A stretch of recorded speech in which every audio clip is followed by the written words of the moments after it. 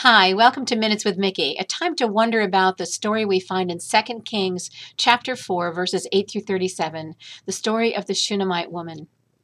Apparently, Elisha was able to go to this particular area and befriended this woman, and she was so aware of his being a prophet that she said to her husband, "Let's make a special room for him so that whenever he comes, he can stay here and have a meal with us." And Elisha was so appreciative that he asked her, "What could we do for you?" And his servant Gehazi was there in this exchange. And the woman said, "No, there's nothing you can do for me. My family provides everything I need." What a wonderful treat, I'm sure, for Elisha to have found someone that appreciated him for his sake, and as honoring him as a prophet of God, and wasn't wanting anything from him. And yet, Elisha wanted to do something for her. I find it interesting, and I have a couple of wonder questions. And one is, I wondered about this story and the fact that the woman in this story really takes a central position. We don't see very much about her husband. We don't know very much about him at all. But she's the one that is the sort of like the power person in this relationship, and is in this story very central. Oftentimes we think of women being sort of backseated in the Old Testament, and here's an illustration where that's not true. We have a very strong woman here in this story. The thing that I also wondered about was Gehazi, and how Elisha would give him responsibilities and ask him questions, and it was probably trying to do some training for him to be his, maybe even carry on the prophetship for himself, but Gehazi doesn't seem to quite get it. And so we have a couple of things here in this story that I find really interesting about Gehazi. So in asking Gehazi, "Well, what do you think we should do for this woman?" He's the one that comes up with the idea that, well, maybe we should, maybe she should have a son. After all, her husband is old. That little detail reminds me that this is a story that we can take to the bank as being pretty true, because why would you bother with a detail like that if this wasn't something that was really true and authentic?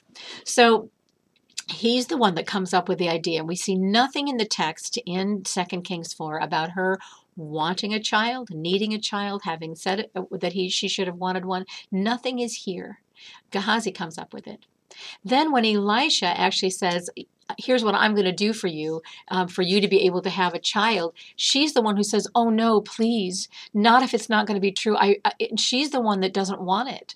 And yet it does come to pass that she has this child. So what does that mean? Why would Elisha do that, especially when she said, "Oh no," and is concerned about that being something that would happen? I wonder if it's just that she felt that if it was so wonderful to have a child, she wouldn't want anything to happen. And sure enough, it does happen that this child dies. So when she says, it's interesting in this story, she doesn't ask her husband to go get Elisha and say, "Fix this." She's the one who goes. So she's the one that gets the servant, gets the donkey, makes the trip. And when she sees Gehazi, there's two things that are interesting. One, God does not tell Elisha why she's there. He doesn't reveal anything to Elisha. Elisha is in the dark, and I find that interesting. Why would that be? Secondly, Gehazi says, "Is your son okay? Is your husband okay? Are you okay?" And she says in the text, "Everything is fine." And it's not until she actually sees Elisha that she tells him what's wrong. Is she somehow aware of the fact that Gehazi can't do anything for her? And yet, when she pours her heart out to Elisha, Elisha sends Gehazi to her home with his staff, as if somehow he's expecting that Gehazi should be able to do something.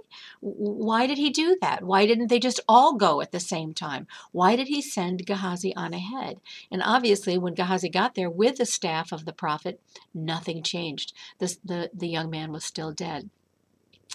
The woman begs for Elisha to come and won't leave his side unless he's the one that comes. She realizes who he is as a prophet of God, and Elisha honors that and goes. He sends everybody out of the room, And then why is it that he has to do this physical laying on him these couple of times? What does that mean? Is there some ritual in the Old Testament or in the culture of the time where this would have been significant? And then why is it that the young boy sneezes 7 times? What does that mean? These are things that I wondered about this. Why is it that obviously Elisha wants to give Gehazi some responsibility, and Gehazi can't step up to the plate and do it? The woman knows for sure that Gehazi is not the one who's going to help her. It's going to be Elisha. And Elisha does what he needs to do, and yet why is it that the boy sneezes 7 times? These are the questions I have about this story. But more importantly, what are the questions that you have? And what does this story tell us about God and His mercy and His compassion and how He takes care of us? Have a great week.